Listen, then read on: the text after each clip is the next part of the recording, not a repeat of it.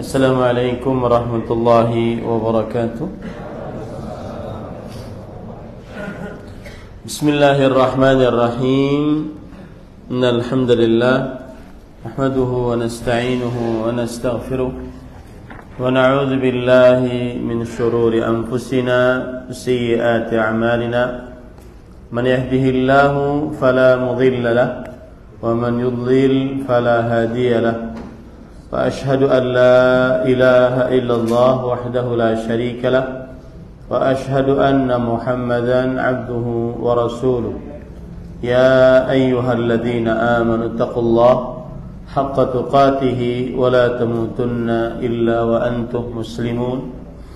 يا أيها الناس اتقوا ربكم الذي خلقكم من نفس واحدة وخلق منها زوجها وبث منهما رجالا كثيرا ونساء واتقوا الله الذي تساءلون به والأرحام إن الله كان عليكم رقيبا. يا أيها الذين آمنوا اتقوا الله وقولوا قولا سديدا يصلح لكم أعمالكم ويغفر لكم ذنوبكم ومن يطع الله ورسوله فقد فاز فوزا عظيما. أما بعد فإن أصدق الحديث كتاب الله وأحسن الهدي هدي محمد صلى الله عليه وعلى آله وسلم وشر الأمور محدثاتها وكل محدثة بدعة وكل بدعة ضلالة وكل ضلالة في النار. Alhamdulillah, kita bersyukur pada Allah Subhanahu wa taala pada hari ini, hari Jumat malam Sabtu 27 Sya'ban 1445 Hijriah, kita dimudahkan oleh Allah Subhanahu wa taala untuk duduk bersama mengkaji kembali ayat-ayat suci Al-Quran dan hadis-hadis Rasul sallallahu alaihi wa ala alihi wasallam. Salawat dan salam semoga selalu Allah berikan kepada Nabi kita Muhammad sallallahu alaihi wa ala alihi wasallam, pada keluarga beliau, para sahabat, serta orang-orang yang mengikuti beliau sampai hari kiamat kelak. Dengan nama-nama Allah yang husna dan sifat-sifatnya yang ulia, kita berdoa, Allahumma inna nas'aluka ilman nafi'an wa rizqan tayyiban wa amalan mutaqabbala. Allahumma amin. Pada pertemuan sebelumnya kita sudah membahas tentang rukun la ilaha illallah. Apa rukun la ilaha illallah? An-nafyu dan al-itsbat. Apa arti an-nafyu? Meniadakan. Meniadakan apa maksudnya? Meniadakan yang diibadahi selain Allah. Kemudian yang kedua adalah al-itsbat. Apa arti al-itsbat? Menetapkan. Apa makna? Apa maksudnya menetapkan? Menetapkan yang diibadahi dengan hak hanya Allah Subhanahu wa taala. Nah, sekarang kita lanjutkan. Penulis mengatakan, wa ma'na al-ilah huwa al-ma'luhu al-ma'budu bihaq. Wa man i'taqada bi anna al-ilaha huwa al-khaliqu ar-raziqu aw al-qadiru 'ala al-ikhtira' wa anna al-iman bidzalika wahdahu yakfi duna ifradillahi bil ibadah fa innahu la tanfa'uhu la ilaha illallah fid dunya bid-dukhuli fil islam wa la tunajjihi min al-'adzabil muqim fil akhirah. Nah, Bismillahirrahmanirrahim. Wassalamu warahmatullahi. Makna ilah yaitu Tuhan yang berhak diibadahi. Barang siapa yang meyakini bahwa ilah adalah sang pencipta, pemberi rezeki, atau yang kuasa menciptakan segala sesuatu, lalu menganggap beriman dengan hal tersebut cukup, tanpa mengesahkan Allah dalam ibadah, maka syahadat la ilaha illallah yang diucapkan di dunia tidak memasukkannya ke dalam Islam dan tidak pula bisa membebaskannya dari siksa abadi di akhirat nanti. Baik. Di sini penulis mengatakan makna ilah. Kemana ini larinya? Karena kita sedang membicarakan syahadat la ilaha illallah. Makanya beliau membicarakan makna ilah, yaitu makna dari kata ilah yang ada pada kalimat la ilaha, yaitu Tuhan yang berhak disembah. Sekali lagi saya kurang setuju dengan pendapat kata sembah. Yang benar adalah Tuhan yang berhak diibadahi. Tuhan yang berhak diibadahi atau yang berhak diibadahi. Ilah itu diambil dari kata aliha ya'lahu ilah. Aliha ya'lahu ilah. Ya, kalau orang Arab mengatakan kataba yaktubu kitab, nah itu perbandingannya sama. Kataba yaktubu kitab, aliha ya'lahu ilah, nah itu sama. Kitab artinya maktub, sesuatu yang tertulis. Sedangkan ilah artinya ma'luh, yaitu yang diibadahi. Yang diibadahi. Maka terjemahan yang benar adalah yang berhak diibadahi. Jadi makna ilah adalah al-ma'bud bihaq, yang diibadahi dengan hak atau yang berhak diibadahi. Dua-duanya sama itu. Kemudian penulis mengatakan, wa man i'taqada bi anna al-ilaha huwal khaliqur raziq awil qadiru 'ala al-ikhtira' wa anna al-imana bidzalika wahdahu yakfi duna ifradillah bil ibadah fa innahu la tanfa'u la ilaha illallah.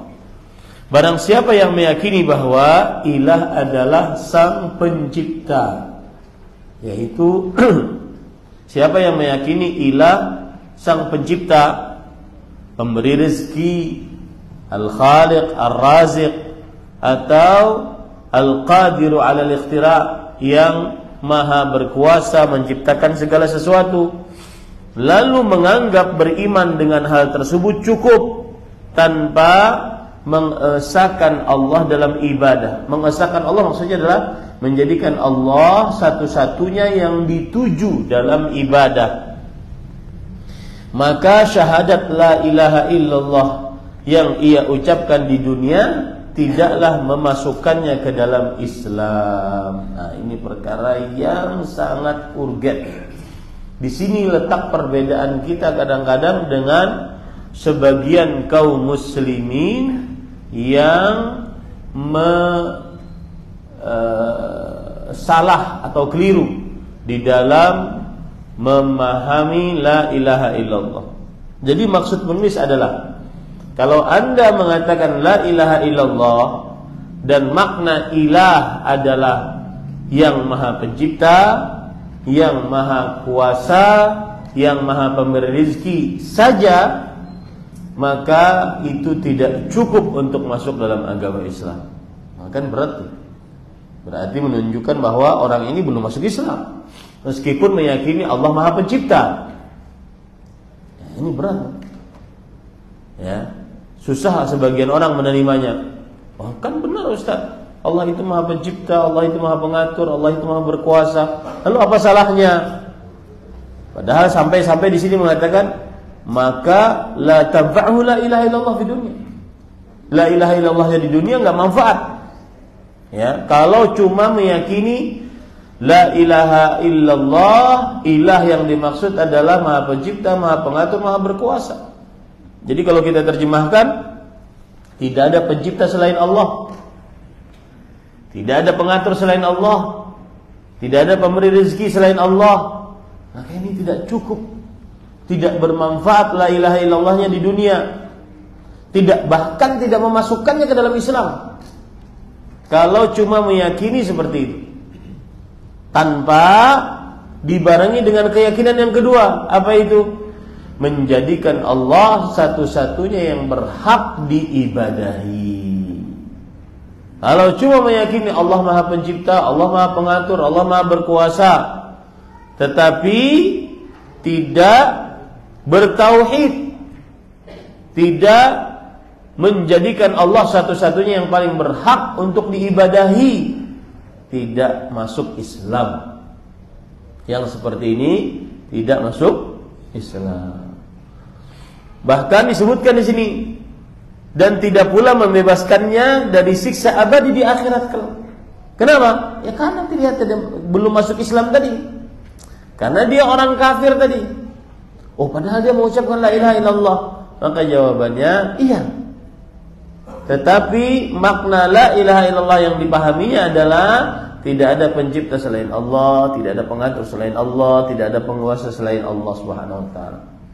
Tetapi dalam urusan ibadah, maka dia tidak mentauhidkan Allah. Ini tidak bermanfaat. Kenapa demikian para ikhwah? Coba perhatikan surat Yunus ayat 31.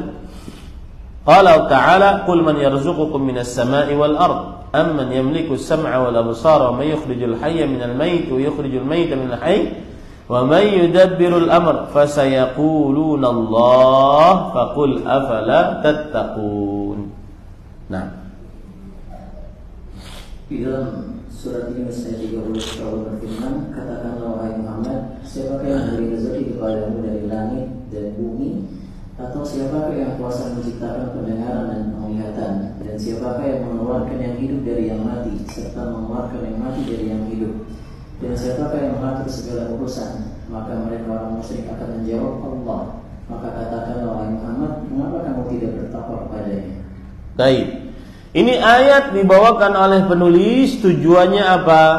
Tujuannya adalah yang meyakini ilah hanya sebatas Khaliq, Maha Pencipta, Razik, Maha Pemberi rezeki, Al-Qadir, Maha Kuasa, tidak bermanfaat la ilaha illallahnya. Itu ya, perhatikan baik-baik poinnya. Kenapa penulis membawakan dalil ini?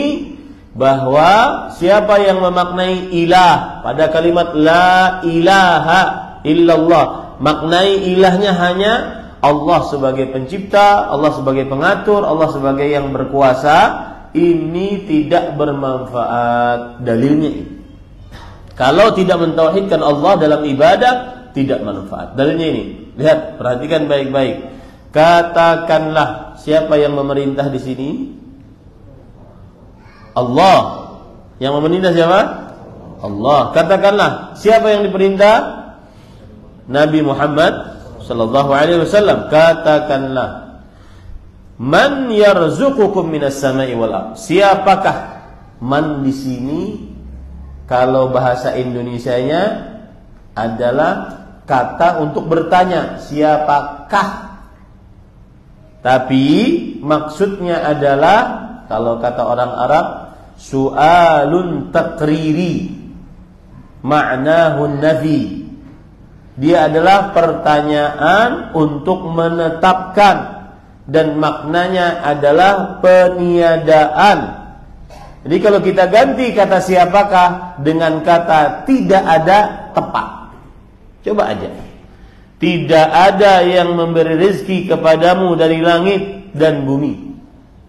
Atau siapakah, kita ganti siapakahnya. Atau tidak ada yang kuasa menciptakan pendengaran dan penglihatan.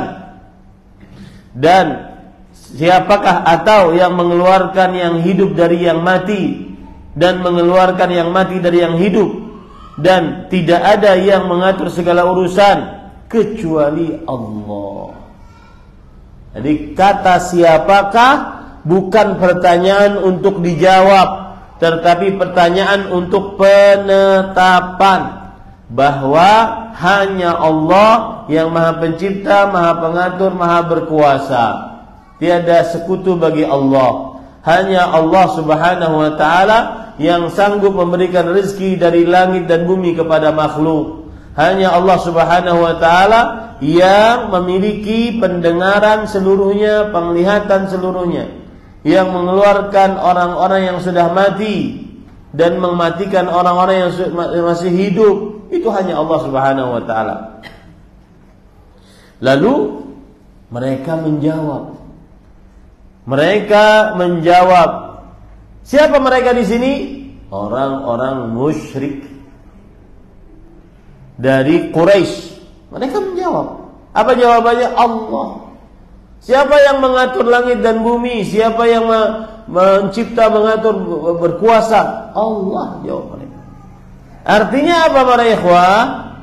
Artinya keyakinan ini, Allah Maha Pencipta, Maha Pengatur, Maha Berkuasa, juga diyakini oleh orang-orang musyrik Quraisy. Berarti tidak ada beda antara kita umat Nabi Muhammad SAW dengan orang-orang musyrik Quraisy. Kita meyakini Allah Maha Pencipta, Maha Pengatur, Maha Berkuasa. Orang-orang musyrik Quraisy juga meyakini Allah Maha Pencipta, Maha Pengatur, Maha Berkuasa.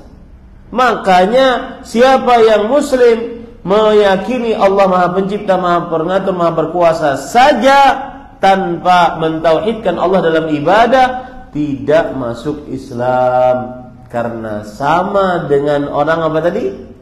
Musyrik Quraisy. Lalu apa yang membedakan mereka dengan kita atau kita dengan mereka? Keyakinannya sama tentang kekuasaan. Hanya Allah yang Maha Kuasa, Pencipta, Pengatur.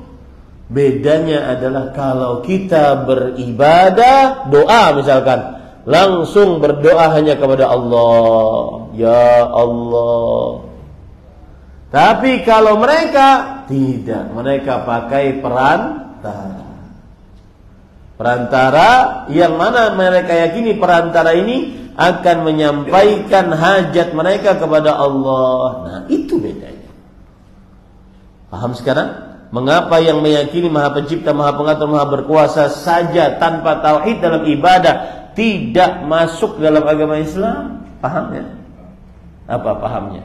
Siapa yang berani jawab? Kenapa dia dikatakan tidak masuk dalam agama Islam? Kalau ada orang mengatakan tiada pencipta selain Allah.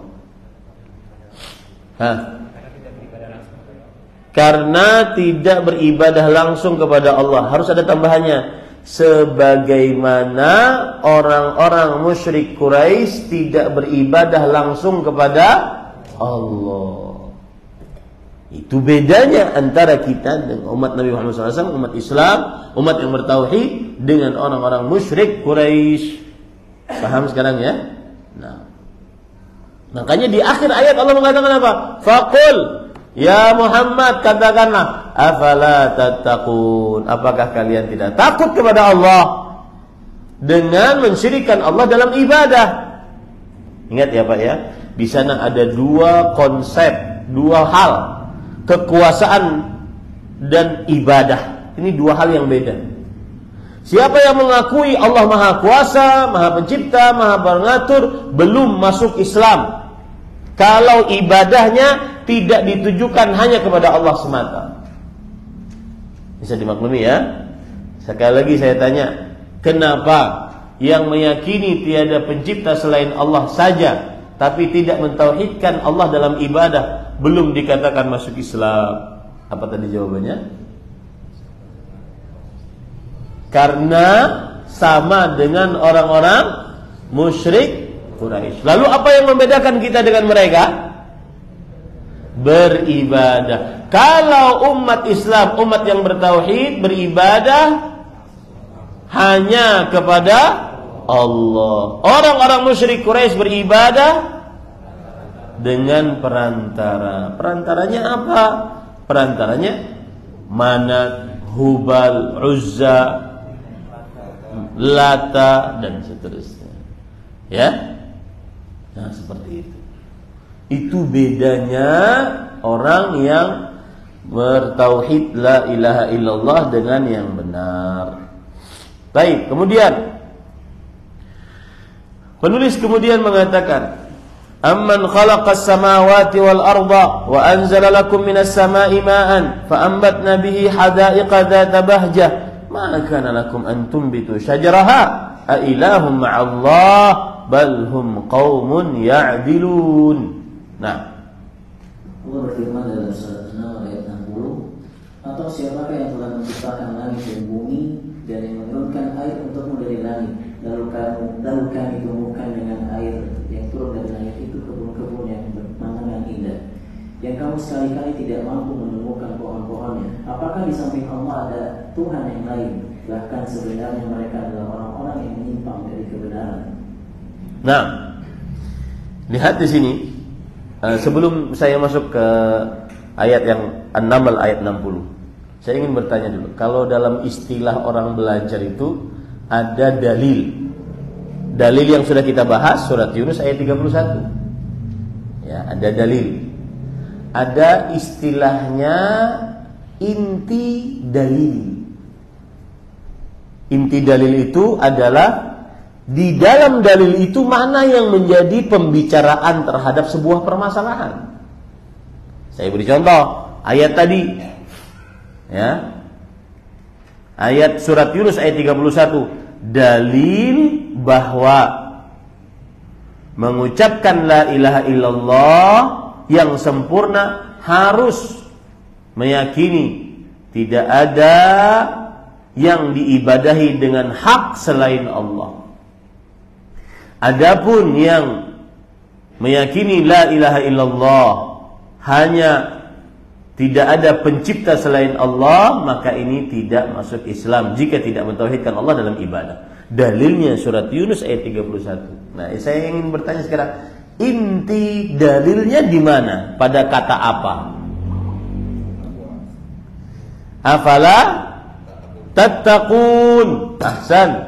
Ahsanta. Bagus, Pak. Ahsanta, kata Ustaz kepada muridnya. Ahsanta, bagus, Pak. Afala tattaqun. Di situ inti dalilnya.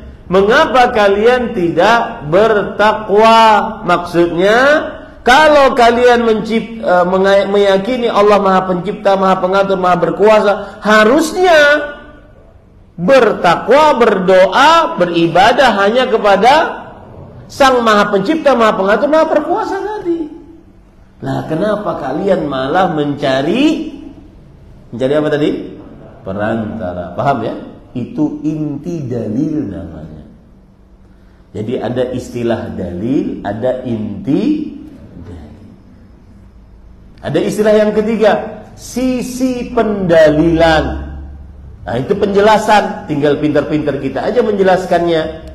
Sisi pendalilannya adalah bahwa siapa yang meyakini Allah Maha Pencipta, Maha Pengatur, Maha Berkuasa belum masuk Islam sampai dia benar-benar bertauhid dalam ibadah. Nah, begitu ya. Jadi ada apa istilah tadi? Dalil, inti dalil, kemudian sisi pendalilan. Sisi pendalilan itu penjelasan kita. Ini kan ceritanya nanti bapak-bapak akan mengisahkan kepada anak, kepada istri. Bukan hanya keperluan ikut pengajian rame-rame aja bisa keluar nongki-nongki di masjid. Enggak, ini kan jadi ilmu, harus jadi ilmu. Ya, dan ini kewajiban seorang laki-laki. Enggak boleh kita bodoh di dalamnya, apalagi bodoh dalam dasar akidah Islam. Enggak boleh. Sudah terlambat enggak masuk pesantren, maka sekarang waktunya nih. Sekarang ada kesempatan belajar agama Islam dari dasar rukun Islam. Ya. Nah, itu yang saya maksud. Baik, sekarang. Nah, dalilnya yang kedua surat An-Naml ayat 60. Saya ingin bertanya dulu, dalil untuk apa ini? Dalil untuk apa? Bahwa dalil tentang, enggak apa-apa, jawab, angkat tangan kemudian jawab. Kita belajar di sini. Allah yang berhak disembah. Ada tambahan dikit. Dalil bahwa makna ilah adalah yang diibadahi dengan hak. Dalil bahwa makna ilah adalah yang diibadahi dengan hak. Tidak cukup kita mengartikan ilah dengan apa? Maha Pencipta, Maha Pemberi rezeki, Maha Kuasa, Maha Pengatur. Enggak cukup. kalau tidak mentauhidkan Allah dalam ibadah. Dalilnya ini yang kedua, surat An-Naml ayat 60. Coba kita baca. Atau siapakah yang telah menciptakan langit dan bumi? Maksudnya tidak ada yang menciptakan langit dan bumi kecuali Allah. Dan yang menurunkan air untukmu dari langit. Dan subhanallah, ini para ikhwah, saya kemarin, ini menarik ya, subhanallah. Kalau kita memahami tentang kuasa Allah, maka kita akan benar-benar merendah diri kepada Allah. Salah satu petaka manusia adalah menyombongkan diri di hadapan Allah. Dia tidak mau berserah diri kepada Allah. Salah satu sebabnya adalah karena ketidaktahuan keagungan Allah, besarnya keagungan Allah. Antum bayangkan, saya kemarin menghatamkan kitab tauhid untuk santri saya yang ketiga. Bagi pimpinan pesantren seperti saya yang baru seperti ini, ya, maka ini sebuah kebanggaan. Sudah 3 generasi saya menghatamkan kitab tauhid yang mereka akan kenang itu. Guru akidah tauhid saya yang pertama Ahmad Zainuddin. Kita menyelesaikan kitab tauhid pada hari Selasa tanggal sekian. Di bab yang terakhir, Imam Muhammad bin Abdul Wahhab rahimahullah menyebutkan bab tentang wa ma qadarullah haqqa qadri. Dan mereka orang-orang kafir musyrik tidak mengagungkan Allah dengan sebenar-benar pengagungan. Itu bab. Fungsinya dari kita mengagungkan Allah, seperti kita melihat siapakah yang menciptakan langit dan bumi.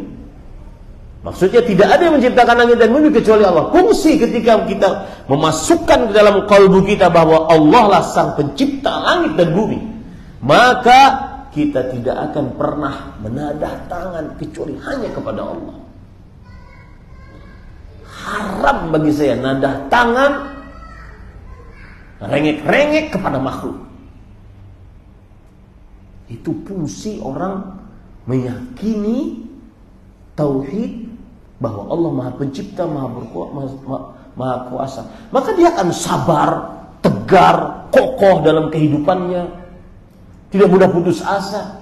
Dia yakin ada Allah yang menjaganya.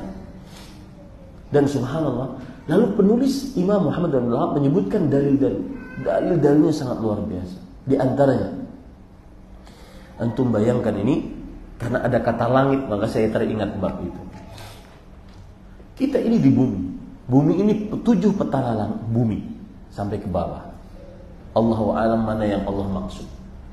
Kemudian langit juga 7 petala langit, tingkatannya 7. Yang kita lihat dari langit yang ada yang biru ini, itu adalah batasan mata kita saja. Adapun langit yang Allah maksud dari langit dunia, Allahu a'lam. Kita tinggal di bumi, di samping bumi ada planet. Planet itu dikumpulkan menjadi sebuah galaksi.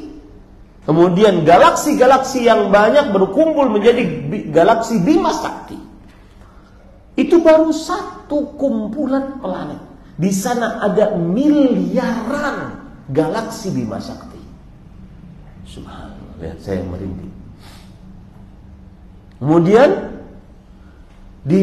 lihat ya, disebutkan dalam hadis tersebut, antara bumi dengan langit dunia itu jauhnya 500 tahun perjalanan. Terserah perjalanannya pakai apa. Jalan kaki, perjalanan burung, perjalanan pesawat, 500 tahun perjalanan. Kemudian antara langit dunia dengan langit yang pertama 500 tahun perjalanan. Hitung sama saya ya. Dicatat 500. Biar kita tahu kita ini berhadapan dengan zat Allah yang paling berhak diibadahi. Itu bagaimana kuasanya, bagaimana agungnya, bagaimana besarnya kuasanya. Antara bumi dengan langit 500 tahun. Langit dunia saya maksud. Langit dunia dengan langit pertama 500 tahun. Tebalnya langit pertama itu 500 tahun. Kemudian antara langit kedua dengan langit pertama dengan langit kedua 500 tahun. Tebalnya langit kedua 500 tahun. Kemudian antara langit kedua dengan langit ketiga 500 tahun. Tebalnya langit ketiga 500 tahun. Antara langit ketiga dengan keempat 500 tahun. Tebalnya langit keempat 500 tahun. Antara langit keempat dengan langit kelima 500 tahun. Tebalnya langit kelima 500 tahun. Antara langit kelima dengan keenam 500 tahun. Tebalnya langit keenam 500 tahun. Antara langit keenam sampai langit ketujuh 500 tahun. Tebalnya langit ketujuh 500 tahun. Di atas langit ketujuh ada namanya kursi. Kursi maudhi'u qadamai rahman. Allah meletakkan dua telapak kakinya di kursi tersebut. Jangan kursi kita pahami ini. Di antara kursi dan perbandingan kursi dengan 7 langit, perbandingan kursi dengan 7 langit itu seperti kalau kita punya koin 7, kita lempar di sebuah tameng yang besar. Koin 7 kita lempar di sebuah tameng yang besar. Itulah langit, 7 langit dibandingkan kursinya Allah. Setelah kursi di atasnya ada air. Antara kursi dengan air 500 tahun. Di atas air ada arsy. Perbandingan antara kursi dengan arsy, kalau Anda punya cincin, lemparkan ke padang pasir.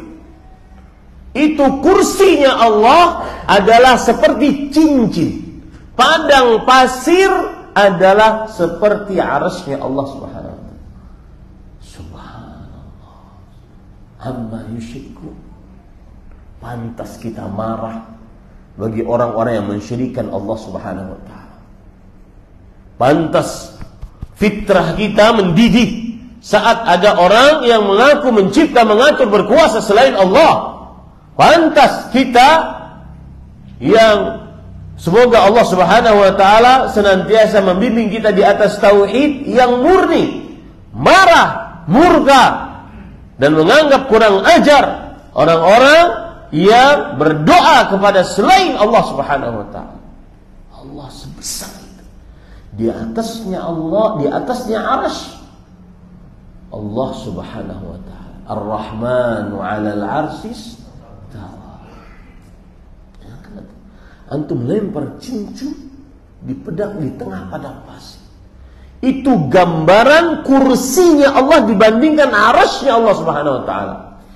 Dan arsy a'zamu makhluqatillah. Arsy adalah makhluk Allah yang paling terbesar. Maka ayat-ayat seperti ini kalau orang memahaminya, dia akan sangat tunduk kepada Allah Subhanahu wa ta'ala. Ketika imam baca alhamdulillahi rabbil alamin, dia tahu al-alamin yang dia maksud bagaimana. Kenapa kita harus muji Allah yang memelihara alam semesta? Alam semesta bukan bumi kita ini aja. Maka pantas Allah memang berfirman, "Wa man adallu mimman yad'u min dunillah." Tidak ada orang yang lebih sesat yang berdoa kepada selain Allah Subhanahu wa ta'ala. Kok meninggalkan Allah yang Maha besar, Maha pencipta, Maha pengatur.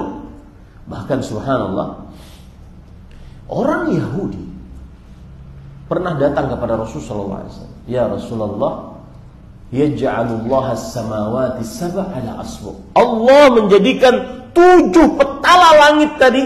Ngomong-ngomong berapa ratus ribu tadi? Hah? Enggak. Hah? 8.000. Jalan burung terbang selama 8.000 tahun.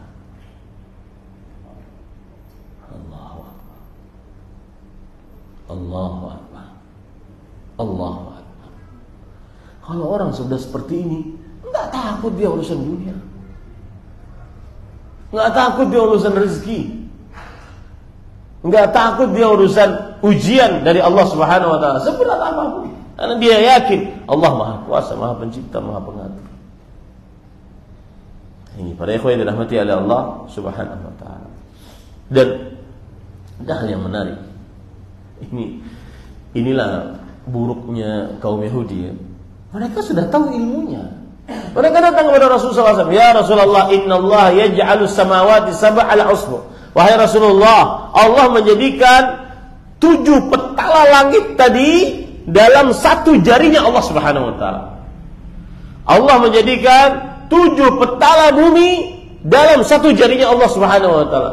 Allah menjadikan jibal, buyut, gunung-gunung, rumah-rumah di dalam satu jari jemarinya Allah Subhanahu Wa Taala. Allah menjadikan air dalam satu jemarinya Allah Subhanahu Wa Taala. Kemudian Rasulullah SAW tertawa, hatta badat nawadidhuhu, sampai nampak gigi geraham beliau.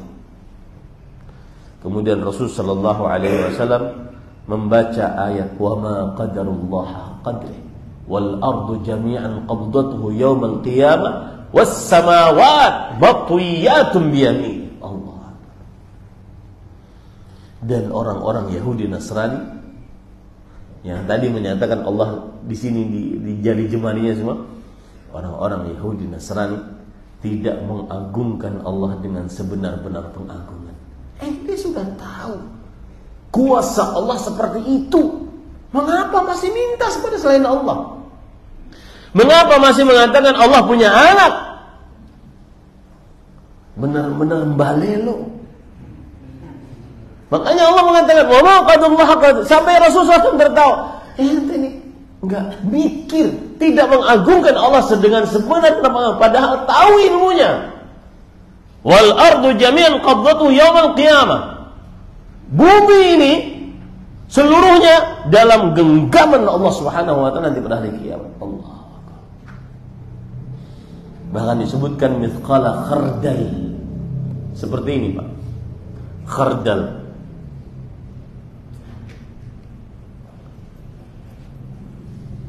Ini biji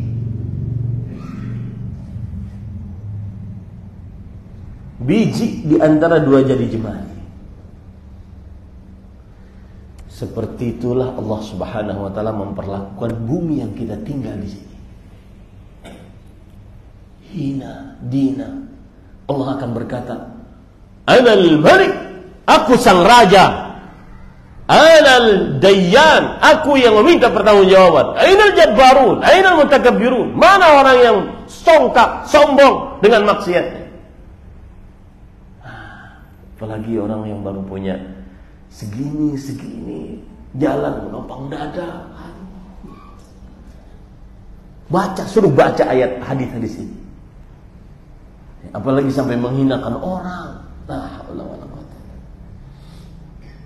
Ini para ikhwah, itu indahnya belajar tauhid. Membuat seseorang hatinya senantiasa tunduk hanya kepada Allah Subhanahu Wa Taala. Dan itu yang kadang-kadang terlewat dari orang-orang yang ngajar tauhid. Kadang-kadang ngajar tauhid hanya sekedar ilmu kulitnya saja, ilmu yang hanya sekedar dihafal saja, tidak bisa menyentuh kalbu seseorang. Kalau sudah kita berbicara seperti ini, Allah berfirman, siapakah yang telah menciptakan langit dan bumi? Pertanyaan, mengapa Allah sebutkan selalu langit dan bumi? Karena penciptaan langit dan bumi itu adalah sebuah tanda kuasa Allah yang sangat luar biasa. Jangankan langit dan bumi, kita saja ini adalah penciptaan Allah yang sangat luar biasa. Tetapi langit dan bumi lebih dahsyat daripada penciptaan kita. Kita saja yang sangat luar biasa. La khalqus samawati wal ard akbar min khalqin nas, afala yaqil. Sungguh penciptaan langit dan bumi lebih besar daripada penciptaan manusia, tapi mereka tidak berpikir. Nah, ini maka saya heran kadang-kadang ada orang ateis, agnostik. Katanya cerdas, kemana larinya akal? kok masih meragukan kuasa Allah Subhanahu wa taala. Nah, ini para ikhwah yang dirahmati oleh Allah Subhanahu wa taala. Kemudian yang menurunkan air untuk kalian dari langit, ini juga kuasa Allah yang sangat luar biasa. Hujan itu kuasa Allah Subhanahu wa taala. Kadang ada jalan, kita jalan itu di Kalimantan kelihatan kali. Ini hujan kan jalannya kalau di Kalimantan kan lurus besar gitu. Ya, pakai moge enak nih kayaknya. Ya. Nah, kemudian lurus. Hujan nih, di sini hujan. Tengahnya enggak. Nanti di sana lagi hujan lagi. Di tengah-tengahnya enggak. Subhanallah, benar-benar kuasa Allah Subhanahu. Dan Allah sering sebutkan tentang hujan ini dalam Al-Quran. Karena tidak ada yang mampu untuk memberikan hujan kecuali siapa?